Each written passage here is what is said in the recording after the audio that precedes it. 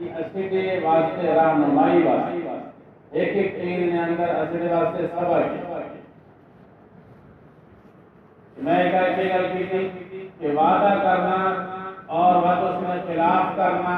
بات اس وعدے کو ہٹ بننا یہ کہنے عادت یہودی ہے حدیث میں جانا من تشبہ بقوم فهو منهم جیڑا جس قوم کی مشابہت اختیار کرے تھی فهو حشر معهم اس نے حشر انہی لوگوں نال اس واسطے جیڑی اسی یعنی اسی عام طور پہ یہودی کی عادات سننے تا اساں اچھے نہیں لگنی عیسائیوں نے پوری عادات سننے ان اچھے نہیں لگنی مشرکین مکہ کی عادات سننے اچھے نہیں لگنی لیکن منافقین نے کم سننے اساں اچھے نہیں لگنے لیکن یہ ایسا عمومی طور سے خیال کرنے نہیں کیتا کہ ان اچھے اندر کریں احمد کریں یا اگر نہیں تا اس کو اساں پکا عزم کبھی نہیں کیتا کہ میں اگر یہ یہودی کی عادت ہے میں یہ کام انشاءاللہ زندگی بھر نہیں کروں اس واسطے رہنمائی ہے اسے سمجھ آ گئی کہ یہ عادت یہودی نہیں وعدہ خلافی اس واسطے مسلمان کی عزم کر لینا چاہیے کہ میں وعدہ خلافی نہ کرے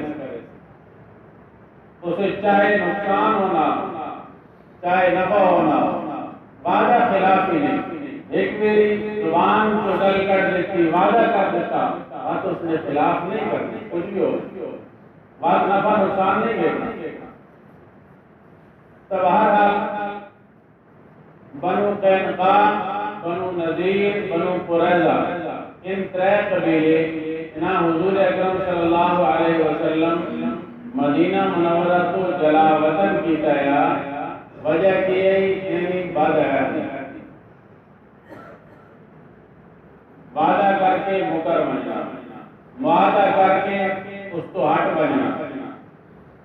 اس اعتبار میں ایسا دیکھنا چاہیے کہ آپ صلی اللہ علیہ وسلم ایسے لوگانا اپنے قریب رونا حالانکہ غیر مسلم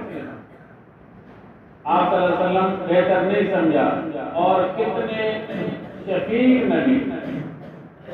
امت نے نہ کتنی محبت کفار واسطے انہوں نے ہدایت واسطے کتنے آپ صلی اللہ علیہ وسلم رونے لیکن جیڑا وعدہ کر کے اس کے خلاف کرنے والا گناہ اپنے علاقے کی کرے اس کو آسان